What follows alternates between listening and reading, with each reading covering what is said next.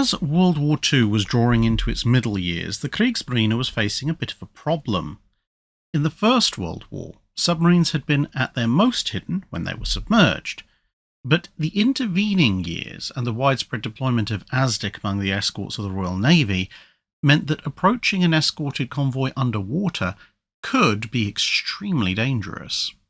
And so U-boat captains had adopted new tactics, either coming in at periscope depth, which was usually too shallow for ASDIC detection, but also too low in profile to be easily spotted visually, or waiting for the cover of night or mist, and then coming in fully on the surface, entirely free of ASDIC detection, but relying on the cover of said darkness or mist to not immediately eat a 4-inch shell to the face from a nearby escort. These tactics had served the U-boat arm quite well,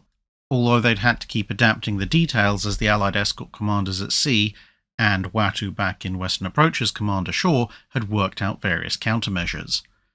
But now the widespread deployment of radar was putting paid to these tactics altogether.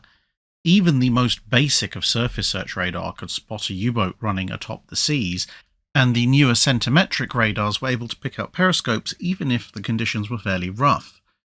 This meant that submarines were being forced back underwater, but their restricted speed when they were submerged meant that once an escort knew where you were, you couldn't outrun them. The best captains could try to outmaneuver the surface warships, or they could risk going deep, far beyond their U-boat's rated depths, and just waiting out the attacks,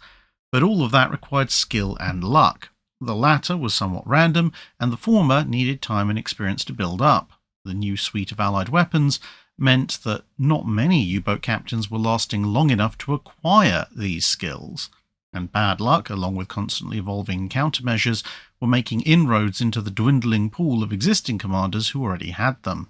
The solution seemed to be twofold: the deployment of the Zaukonig homing torpedo, which could in theory go right after the escorts hunting the U-boats without needing a perfectly aligned shot,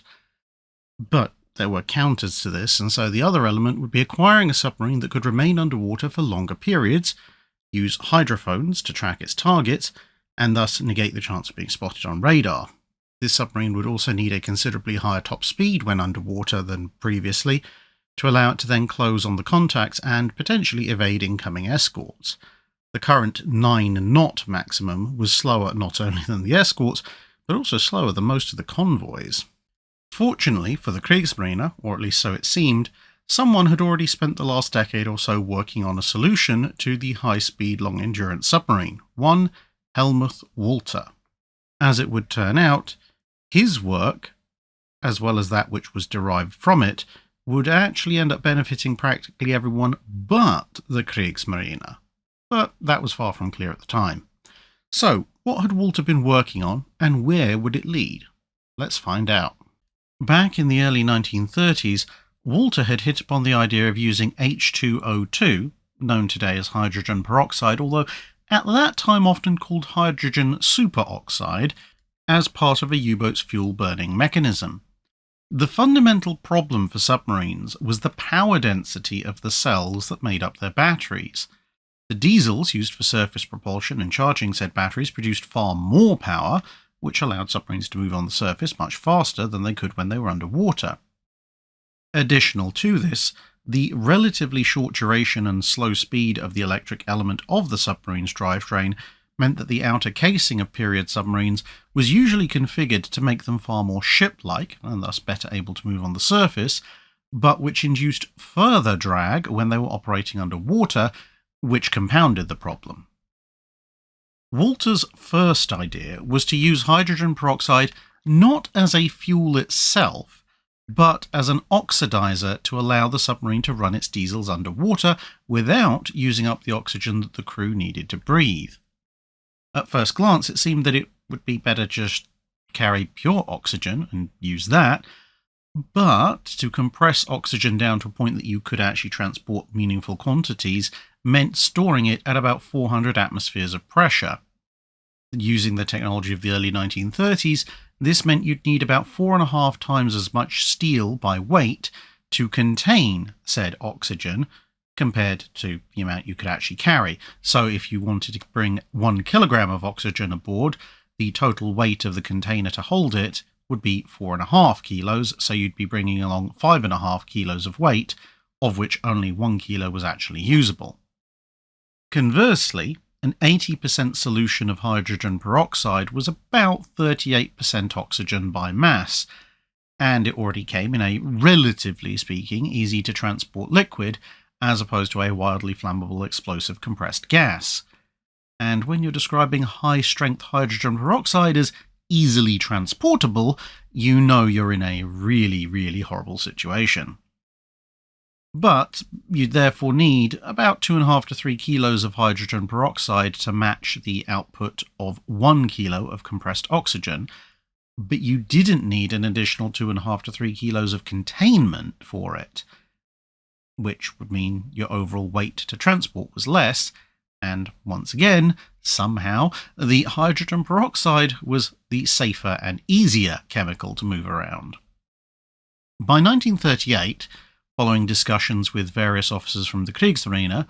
Walter had come up with a submarine to install his power plant into as well. This was a very thin, streamlined vessel that was actually modelled very closely on a fish, with a smooth outer hull. Unlike a normal submarine of the time, when it was surfaced, it wasn't to sit on the surface like a boat, but more just kind of poke out a little bit from underwater, more like a whale. This would be enough for it to take in air to run the diesels under normal conditions to preserve its hydrogen peroxide fuel for attack missions, but it would also be able to slip away again at a moment's notice very easily.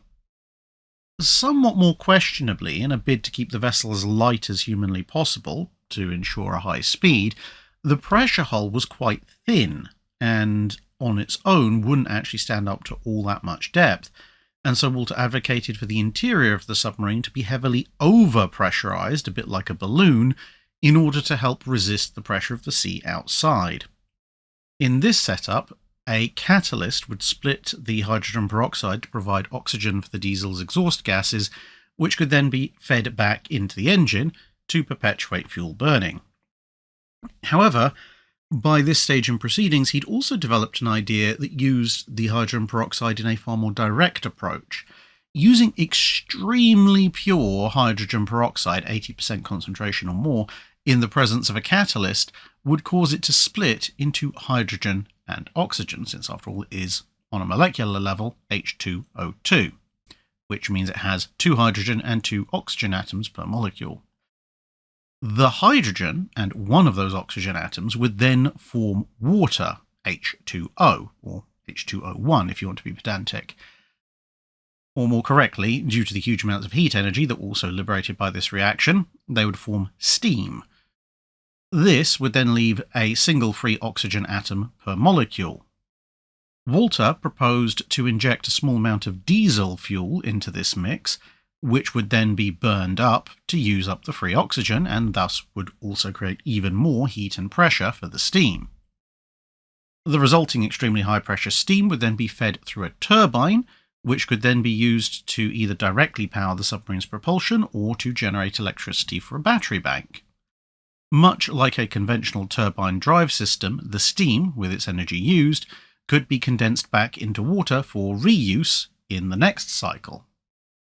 The reason for this new system was that testing in the interim had revealed that if you used the primarily diesel-based original idea, where the hydrogen peroxide was just allowing more oxygen into the system,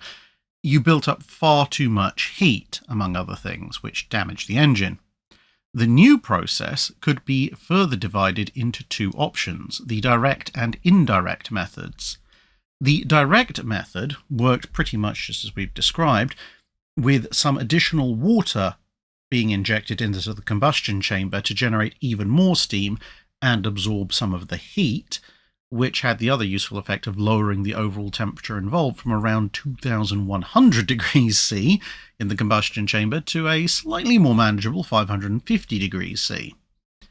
The indirect process separated out the combustion and propulsion mechanisms, using a heat exchanger to generate steam from the heat of the catalyzed hydrogen peroxide, but on a completely separate circuit. In theory, this allowed you to use a slightly more limited amount of hydrogen peroxide to generate continuous propulsion steam, due to the vast difference in temperature, because you could heat a lot of water through the heat exchanger with only a relatively small amount of catalyzed hydrogen peroxide. But this iteration had quite a number of problems, including finding a heat exchanger with enough capacity, and finding a combustion chamber that could be mounted on a submarine which could withstand a temperature that was several hundred degrees north of the melting point of steel. The Kriegsmarine at this point was very interested in the drive system, specifically the direct drive system. The paper-thin fish-like submarine, not so much. And so in 1939, they decided they would build a small test vessel of their own. Officially, this was listed as the Type 5 U-boat, although there would only ever be one of them. Otherwise known by its hull registration of V80, this was to use a much simplified version of the direct drive system without the additional diesel fuel injection, instead running purely on the heat and steam that was generated by the catalyzation of hydrogen peroxide. This, of course, meant that all those spare oxygen atoms had nothing to interact with and had to be expelled from the sub, the resulting bubble trail meaning that the V80 was in no way, shape or form a suitable design for a combat vessel, and thus could only ever be a test bed. But it did point the way forward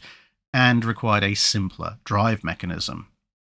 The hydrogen peroxide fuel was contained in a long secondary pressure hull which was mounted underneath the crude primary hull, with the hydrogen peroxide itself stored in plastic bags, which were then surrounded by seawater, which stopped it reacting with the metal of the hull itself. The rudders and the hydroplanes were controlled by fast actuating units borrowed from a Junkers 52 transport aircraft, and due to the anticipated speed, the automatic depth-keeping apparatus from a torpedo was installed, since it was feared that pure human steering might not be able to react quickly enough if the submarine started to dive at full power. This setup all worked fairly well, with the V80 clocked at about 28 knots underwater once it was allowed into a deep water testing environment. These remarkable results prompted calls for the construction of another test submarine with a full fuel injection system. In fact, some even called for the immediate production of a small run of Walther-engined U-boats to be begun immediately on speculation of what they thought would be successful results.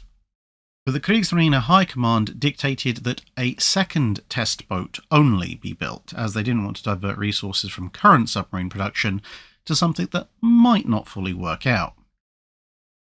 The next test craft was to be labelled the V300, and she was supposed to be armed with a pair of torpedo tubes up front, each with one reload,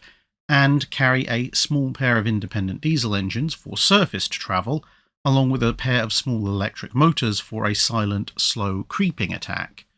The main drive system being a pair of 2,000 horsepower Walter turbines, which would provide the primary underwater propulsion. This submarine would, after testing, be commissioned into the fleet as U-791. But as designs went on, a conning tower and forward hydroplanes, both of which Walter thought were unnecessary, were added by the Kriegsmarine. This pushed the displacement up to about 600 tons, as well as significantly increasing underwater drag, and as a result the expected underwater speed dropped from an original aim of 25 knots to a predicted 19 knots. Disappointed, Walter and his colleagues developed their own small design of 220-ton displacement, which fairly closely resembled the original fish-like design that Walter had come up with in the mid-1930s, but was a bit more robust. This caused a conflict between Admiral Dönitz, chief of the U-boat arm, and the K office of the Supreme Naval Command. The former wanted Walter-type boats in service as soon as humanly possible. Deep ocean if possible, but even small coastal units which would free up some of the Type 7s to work further afield would still be good. The K office, on the other hand, wanted to maximise the existing production of Type 7C and Type 9C submarines at all possible costs. The differences between the V300 and Walter's submarines idea prompted a series of design studies to try and unify these two concepts into a single test sub that everybody approved of. Blom und Voss and the Germania Werft shipyards also competed in this field, with the final options, WA201 and WK202, being compared with a few differences being the bow shape, whether or not you had an open or enclosed bridge, and the position of the hydroplanes, particularly whether these should be mounted directly in the path of the prop wash, or if they should be mounted adjacent to the props but still astern on the hull. The enclosed bridge and the separated hydroplanes proved to be the better options, with the WA201 generally being judged the superior design. After a few further revisions, however, they decided that both types were to be ordered into limited production as the Type 17B and Type 17G respectively. A dozen of each variant were expected in service once the first 4 units, 2 of each design, had been built and tested under the Type 17A designation. Of these 4, U792 and 793 would be WA201 types, while U594 and 595 would be WK202 types. V300, aka U791, was abandoned and thus never entered the water. Even as work on these units was starting up, it was pointed out that with each submarine needing a pair of high-pressure turbines despite being a relatively small unit, you might end up with a bottleneck in production. This caused the design of yet another small submarine, this one with a single turbine and displacing only 155 tons. At that size, it was strictly a coastal unit and was designated Type 22, but although a couple of them would be ordered for testing, they'd be cancelled within a year since the already small Type 17s began testing in October 1943. Unfortunately, the Type 17s were presenting numerous difficulties. Their short length-to-beam ratio meant that there was a high amount of drag. The need to exhaust waste carbon dioxide resulted in power losses at depth, since the resistance of outside pressure increased as you went deeper, which ramped up the internal pressure in the drive system, although you didn't need to worry about bubbles because CO2 dissolves nicely into water.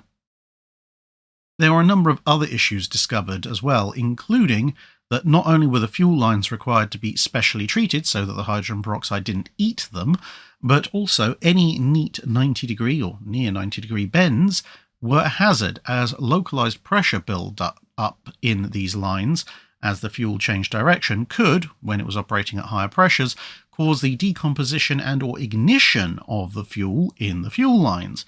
which then meant they would breach, and then you had extremely hot, high-pressure hydrogen peroxide at extremely high concentrations being sprayed everywhere amidst a cloud of steam and pure oxygen, which, needless to say, is not a combination conducive to one's continued health. The engine was found to also consume a lot of hydrogen peroxide, which limited the operational range. Although some of these issues could be solved, the orders for the Type 17s would end up being reduced, as 3 possible solutions seemed to suggest themselves, all of which would require a new submarine design, as well as these problems pretty much putting the nail in the Type 22. One of these proposed solutions was to take a Type 17 hull and modify it to carry a new propulsion system. In the early 1940s, not knowing of the Walter drive thanks to the extreme levels of secrecy surrounding it, Dr. Heinrich Dreger had proposed a closed-cycle diesel engine using exactly the same method that Walter had rejected almost a decade earlier, hooking up a cylinder of pure oxygen to the exhaust outlet of a diesel engine and feeding the resulting mixture back into the air intakes.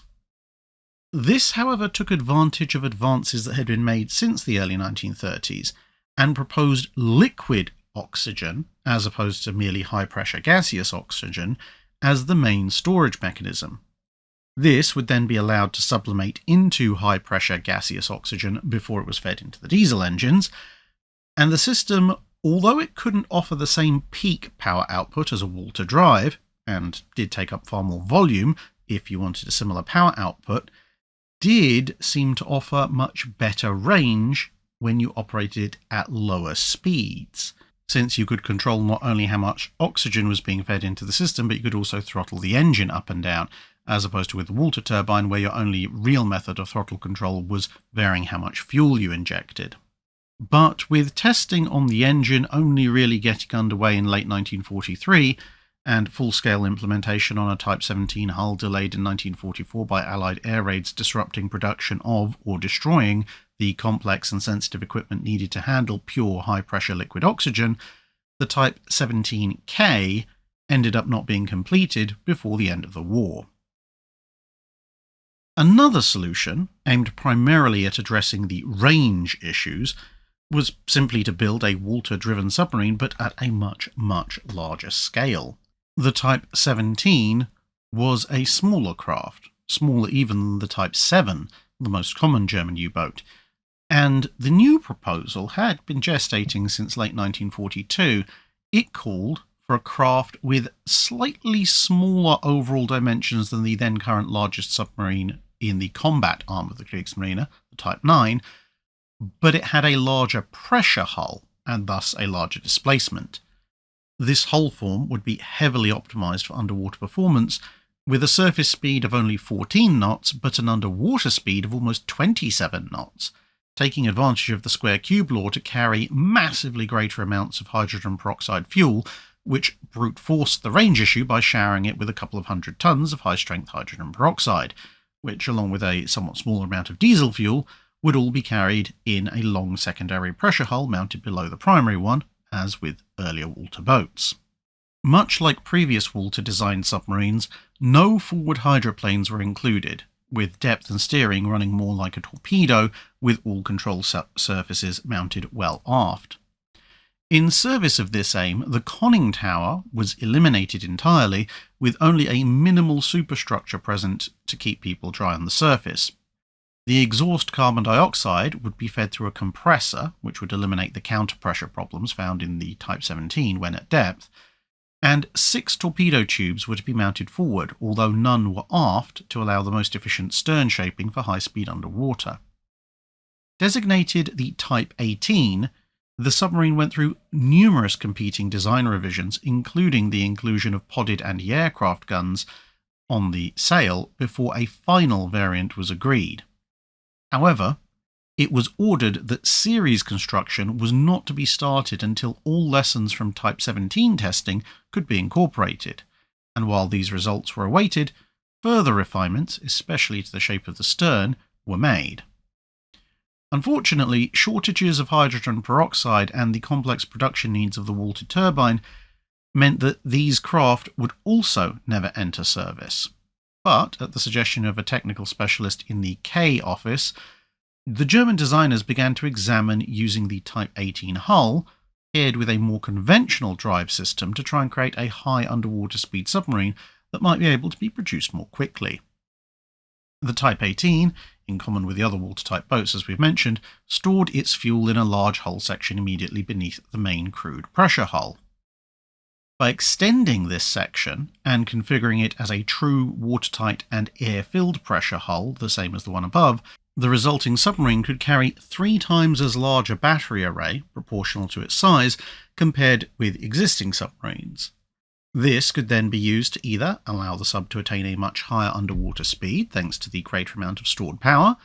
or it could stay underwater much longer by running at more regular speeds with a much greater power reserve.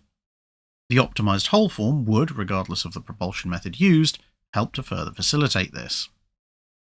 Being able to stay submerged for days at a time would then allow it to potentially outlast escorts who would sometimes just hover over a particularly elusive Type 7 or Type 9 and wait for it to run out of power. Eventually, the escorts would need to leave to catch up with a convoy or deal with another submarine, and so having days and days and days of reserve power would allow a cornered Type 18, or this electric version, to deal with the situation quite comfortably. Either using its remaining charge, or running to the surface for a quick recharge once the escorts had withdrawn, this new electric type of boat could then proceed at great speed underwater and catch up with the convoy that it had been targeting, potentially bypassing or outrunning many of the corvettes and sloops used to escort the merchantmen, and then launch its attack. The large machinery compartment of the Type 18 was retained, as was the large gearing assembly, but the turbine units were replaced with 4 electric motors, 2 large 2,500 horsepower units for general use and especially high-speed running, alongside 2 smaller 225 shaft horsepower units for extremely quiet slow speed work. Underwater speed on the main units was expected to be around 17 knots, with speeds of up to 6 knots capable of being accomplished by the smaller motors. Albeit it was found that there was a rather weird increase in noise when you were using the smaller drives if you were going somewhere between 4.3 and 5 knots, and this meant that these speeds were to be avoided. For diesel power, the engines of the Type 7C-42 were adopted, with an additional turbo supercharger installed to boost their power output to 2,000 shaft horsepower apiece. Although these could be used to run the submarine on the surface, with the vessel so heavily optimized for underwater travel, their primary function was actually to act as rapid charging units for the battery array. The initial plan was for the new submarine, now designated Type 21, to replace the Type 9 in production, and therefore soon after in service. However, while these ideas were being sketched out in 1943, the rapid increase in losses in current U-boats across the board made it quite clear that the Type 7's days were also numbered. The problem was that the Type 7 was, thanks to its small size, also being used in coastal and other shallow water operations, and the large size and displacement of the Type 21 at over 1,600 tons on the surface precluded easy or safe use in these littoral environments. Thinking that if one conversion had worked out, then they might as well go with another, the designers looked at the smaller Type 17 and Type 22 water-powered U-boats, and soon an initial sketch for a small coastal electro-boat, the Type 23, was being prepared. While the Type 21 design had included only relatively easy changes from a Type 18 hull, the need for lots of batteries, dual electric motors, and a diesel in the conversion of the much smaller Type 22 hull meant that the Type 23 would have to be somewhat enlarged. In the end, the design only superficially resembled the Type 22. It was still a narrow single-shaft vessel with a sharply tapering knife-edge stern and a pair of forward torpedo tubes while lacking any anti-aircraft weaponry, but the Type 23 was considerably longer, had a taller and less faired conning tower and sail combination, a considerably larger secondary hull for battery storage, and it reintroduced bow hydroplanes. A snorkel was also included, but unlike most snorkels in Kriegsmarine service, which lay flush on a submarine's upper deck, since this submarine had no upper deck, it was integrated instead into the conning tower and rose more like a large periscope. Compared to the Type 21, which would introduce a great many innovations, the Type 23 was to be kept as simple as possible to assist in rapid mass production and to keep costs low, since losses even of this higher speed unit in the rather complex and heavily mined coastal environment were expected to be somewhat higher. Most of the electrical system was simply one half of that found in the Type 7C,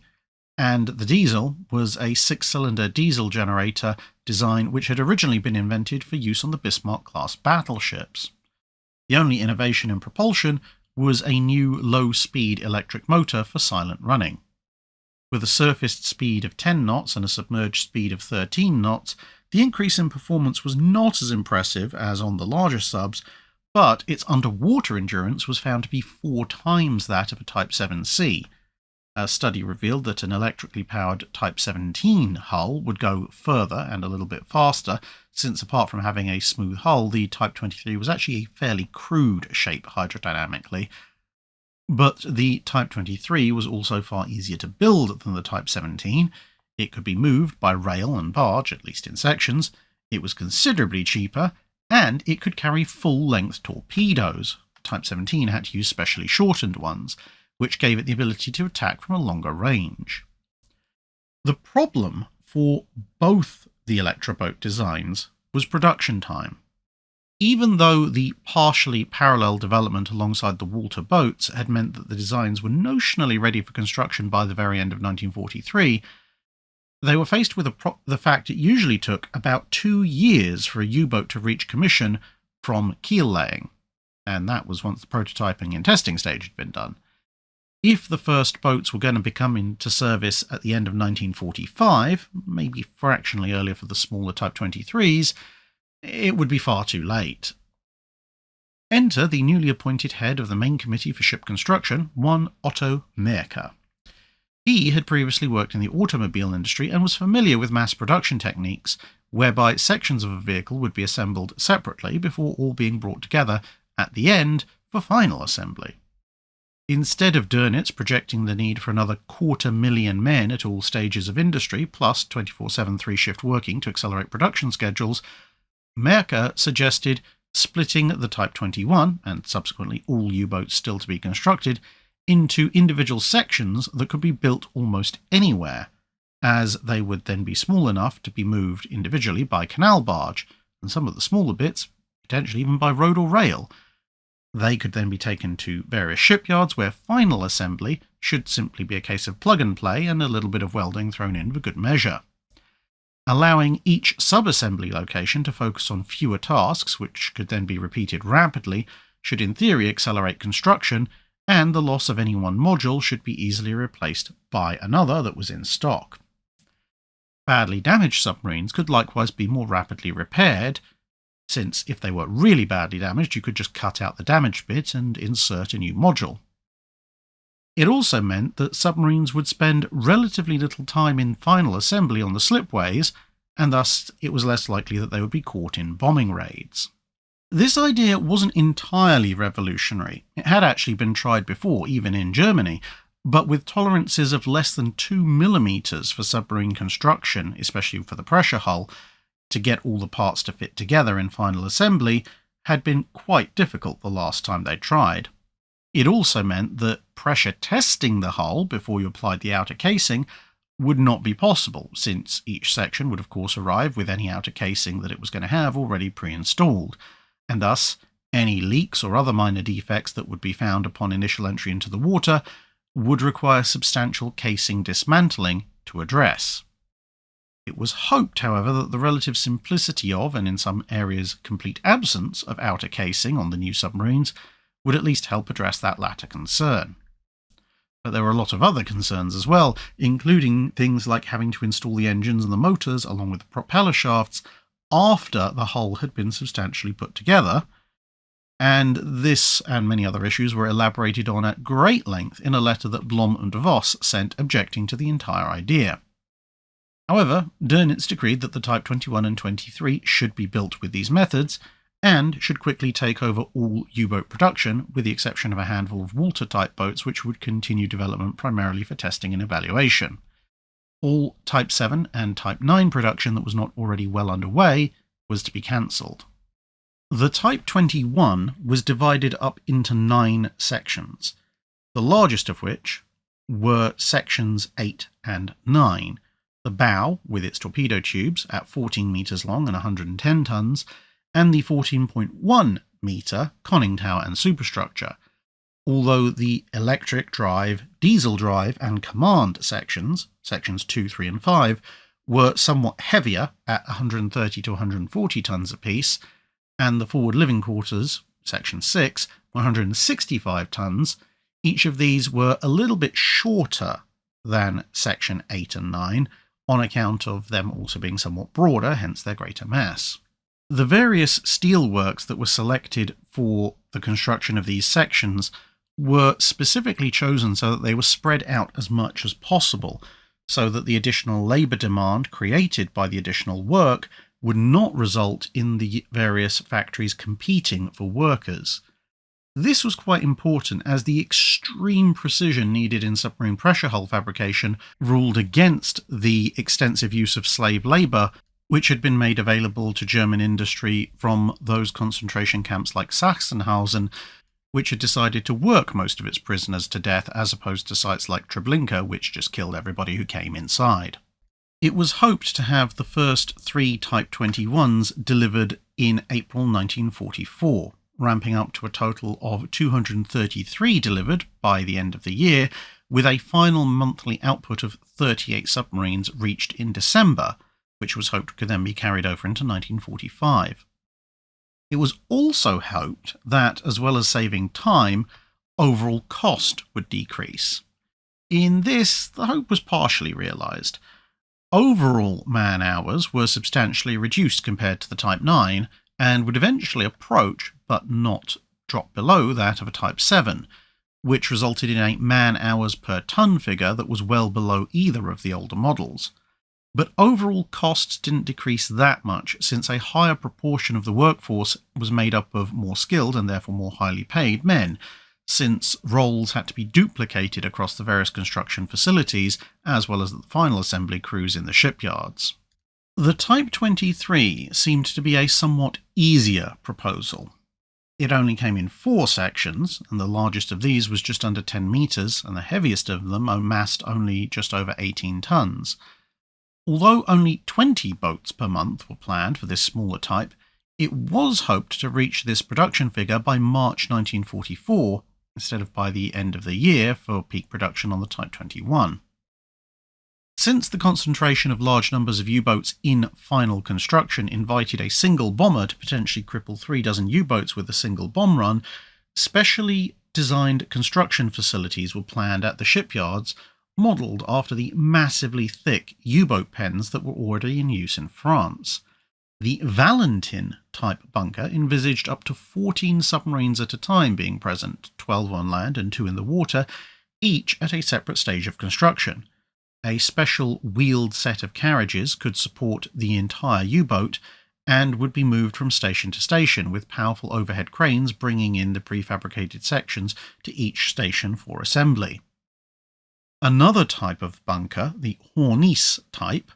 would assemble partial submarines out of 2 or 3 sections, which could then be moved to other similar bunkers who would likewise be working on partial sections for more gradual assembly. They would also have berthing, both dry and wet, provided for damaged submarines to come in and either be repaired, or to have whole sections replaced if needed with that bunker's section in question. However, wartime pressures as well as resource shortages meant that none of these advanced mass production complexes would ever be finished. Even as more normal production began to ramp up in 1944, the urge to tinker and to try for even newer designs was beginning to take hold. The Walter team proposed to take a Type 23, strip it of its diesel and high-power electric motors, with most of the space then taken up by even more batteries, and the sole propulsion coming from a 160 horsepower silent running motor, which was the same as the ones that could be found on the Type 21. The resulting submarine had a reduced submerged speed of only 9 knots, but the sub was purely powered by electricity, which did mean it would have to come home if it wanted to recharge, but it would be ultra quiet. This Type 25 design was not taken any further because the total range, even when running at a relatively pedestrian 6 knots, would not exceed 400 nautical miles.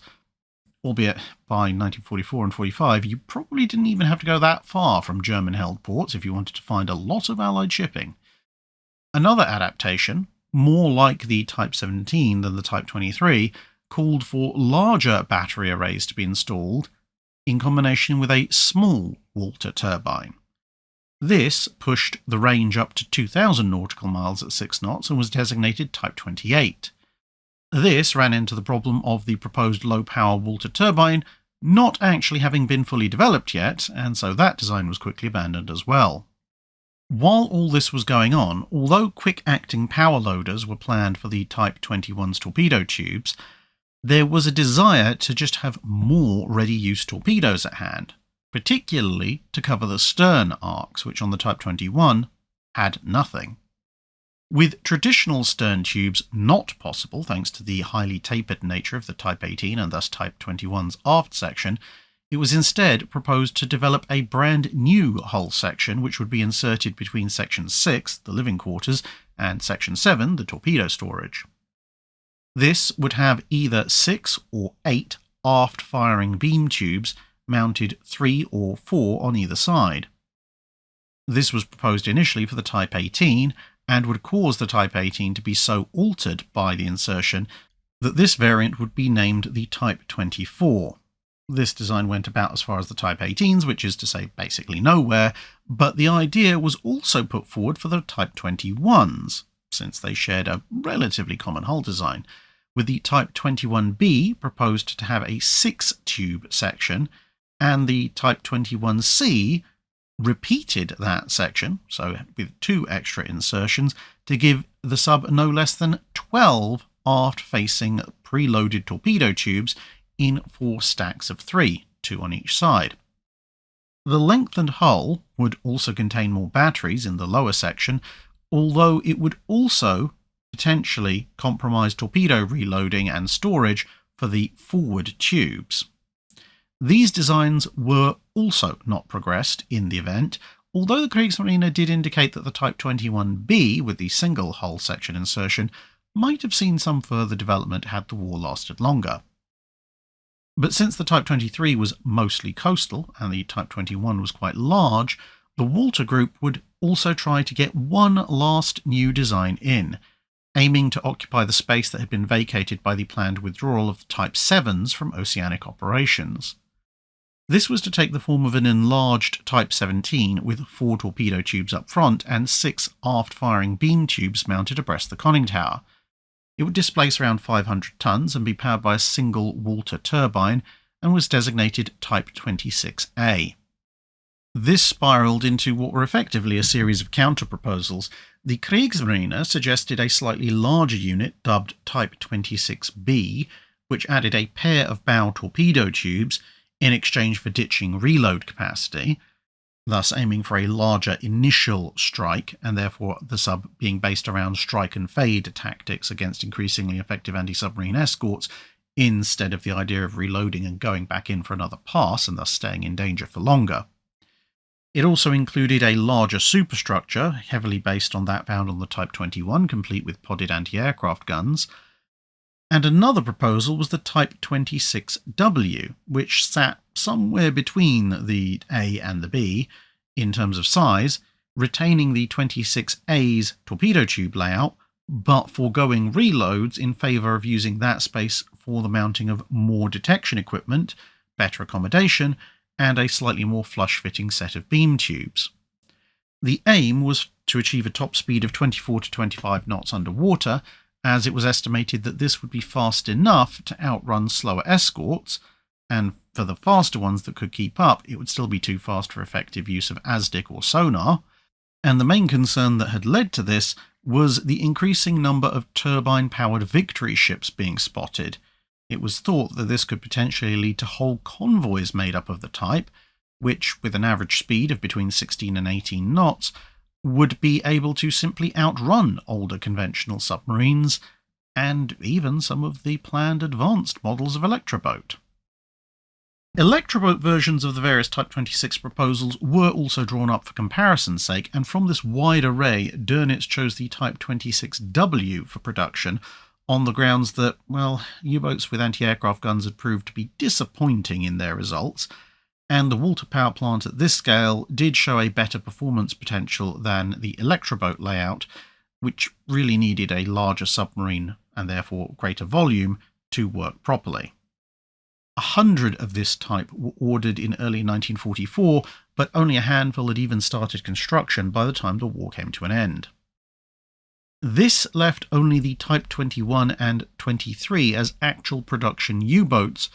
from all of the various advanced designs that progressed to detailed design stages as types that would actually see service. But producing them would prove to be challenging, and oddly enough, far more of the larger Type 21s would actually be produced than Type 23s, although more of the latter would actually enter active service. This was the result of a series of issues. Increasing Allied bombing raids were destroying workshops, slipways, and gathered construction materials, as well as affecting the production and transportation of sections of the submarines across Germany. The disruption to section delivery schedules was particularly acute,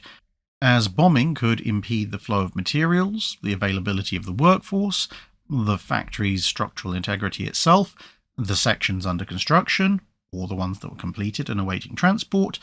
or the transport infrastructure, and any one of these being disrupted would impede the completion and delivery of the U-boat sections to the shipyards. For example, in early 1944, one shipyard reported that it had received 7 each of Section 3 and Section 6 for a Type 21, one Section 3 that was missing parts, one incomplete Section 4, and another Section 6 which was quite visibly the wrong size. It was therefore impossible for the yard to build even a single Type 21, or even join any of these sections together, since of course they needed Sections 4 and 5 to link their stocks of actually complete Sections 3 and 6. And that was when the bombing wasn't hitting the parts that made up those sections. In early March, an Allied air raid damaged most of the electric motors that were in stock at their manufacturer, and a raid on the MAN works flattened 80% of the diesel engine testbeds and burned out 11 complete sets of diesel engines. Although U-3501 entered the water on the 19th of April 1944, so many parts were missing from her at the time that various wooden forms and plugs had to be tacked on to stop it just sinking immediately, and the sub was towed to a floating dock pretty much as soon as she'd come off the slipway. This, rather understandably, delayed her completion and commissioning until the end of July, which meant that U-2501 became the first Type 21 to actually enter service. Although it launched almost a month later, she'd only needed a month of fitting out and testing before entering service at the end of June 1944.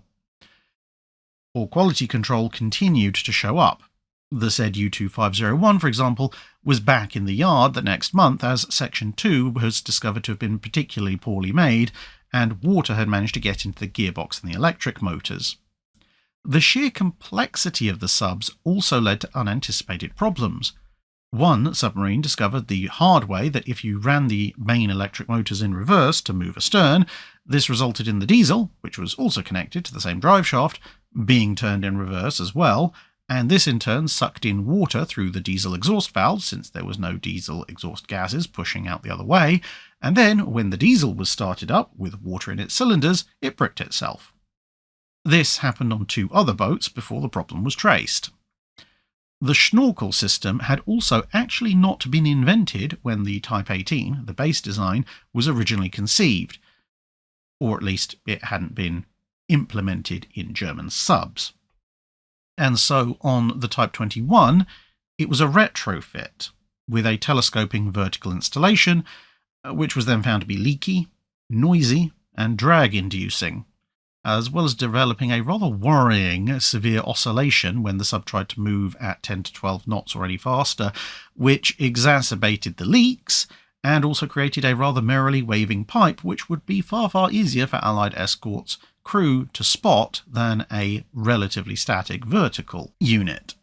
Some valves and other machinery, including one rather important compressor, turned out to be perfectly accessible when their sections were being built,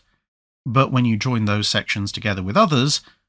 those bits of machinery were trapped and impossible to reach behind or between other equipment. Some of the batteries were found to be connected in series, and this prevented them from all being charged at the same time, which meant that if a submarine was forced to surface for just a quick recharge, it wouldn't be able to top off a good number of its batteries, just completely charge 1 or 2. And it was also found that the main power cables to and from the motor ran from the batteries to the motor down one side of the boat, and then back to the batteries down the other side of the boat at high speed and thus high power demand. This loop created an unintentional electromagnet that massively amplified the submarine's magnetic field, making it exceptionally vulnerable to magnetically detonated mines and the early magnetic anomaly detector units that were being used on anti-submarine aircraft. The cables would have to be rerouted. It was then discovered that if the air got too damp, and in line with this it was discovered that the dehumidifiers weren't performing as well as they'd been promised to anyway, the damp impaired the hydrogen filters, and a series of battery explosions were caused by a build-up of excess hydrogen before the issue was addressed. And so the list went on, and that was assuming that the various sections had actually arrived and were of the correct dimensions to be able to be successfully put together in the first place. These issues forced the cancellation, or prolonged delay, of almost twice as many submarines as actually ended up being launched, and then Allied bombing efforts managed to wreck parts of or entire subs in another 60 cases. The complexity of the new subs also meant that even those that actually made it into the water needed at least half a year of training to get their crews up to speed with their operations. The training was then delayed because the Allies started dropping large amounts of mines in the training areas, which then had to be cleared, otherwise you'd end up just losing your sub before it had even gone on its first patrol. As a result, only U-2511 managed a short war patrol, being at sea for 5 days at the end of April and beginning of May 1945, before Germany surrendered. U-3008 did also manage to sail 2 days before the war ended, but this was not an operational patrol, it was largely just an attempt to get the completed submarine away from the constantly falling artillery that was hitting Wilhelmshaven. The Type 23 program, being for a somewhat simpler submarine, had fewer issues, but it also had different ones. The first Type 23 was found to actually be negatively buoyant even with all tanks empty. This was thanks to changes and various additions that had been made since the last set of buoyancy calculations had been done. But in this case, the fact that it was being built in sections came to the rescue. An extra section, dubbed 3A, was manufactured and installed between sections 3 and 4, which was mostly empty and thus restored buoyancy. For all that, there were a few instances where these advanced submarines would see action of one sort or another before the war ended. 6 Type 23s made operational patrols, some of them even managed 2, and in 1945 they sank 4 small ships, totalling just under 7,500 gross registered tons between them, which is perhaps unsurprising since they were operating in coastal waters where you tend to find smaller ships. The most successful being the U-2336, which managed to get into the Firth of Forth and sink a pair of small steamers the day before the German official surrender and actually 2 days after Dönitz had ordered his submarines to stand down. In exchange, 7 Type 23s were lost, although none of the 6 operational ones were. 2 hit mines, 2 were rammed by other U-boats, 1 was lost in training when it went into an uncontrollable dive, another was caught on the surface by a bow fighter, which sank it, and another was similarly sunk on the surface by mosquitoes. U-2511, as mentioned, was the only Type 21 to conduct a proper war patrol, and her captain claimed to have had the heavy cruiser HMS Norfolk in her sights when the ceasefire order was received. This claim, however, has been questioned by some historians on the grounds that much of the captain's recounting of events with regard to dates and positions is somewhat inconsistent with known facts, like claiming to have arrived at Bergen on the 5th of May when in fact they arrived on the 15th of May, and Norfolk's own logbook appears to indicate that she was actually nowhere near the position that U-2511 claimed to be in at the time of the supposed interception. But U-2511's own logbook is missing, so what exactly happened on that day is likely to remain a mystery forevermore. U-3523 would become the last German-built submarine to be lost in combat operations. She was sunk the day after Dönitz ordered his submarines to stand down on the 5th of May 1945, as she, along with U-3503 and U-534, seemed to have been making a break for South America. U-534 had been bombed and sunk on the 5th of May, and U-503 would scuttle herself 2 days later. There were a number of other designs contemplated by the Kriegsmarine, both water and electro-powered, with type numbers heading well into the 30s, but as these were only ever the barest of sketches most of the time, and none of them planned for mass production, they aren't really worth covering here. Post-war, the various Allied powers don't seem to have actually been that interested in the Type 23s, but they did take over a number of Type 21s and use them in either active service or as research vessels to inform their own submarine development, with the British, Americans, French and Soviets all receiving at least one of these submarines post-war, and often more. Later on, the West German Navy would find the scuttled U-2540, which would eventually be salvaged and inducted into their own navy, before becoming a museum ship in Bremerhaven, which you can still visit today. A number of the Walter-propelled boats were also either officially allocated or unofficially recovered into various navies.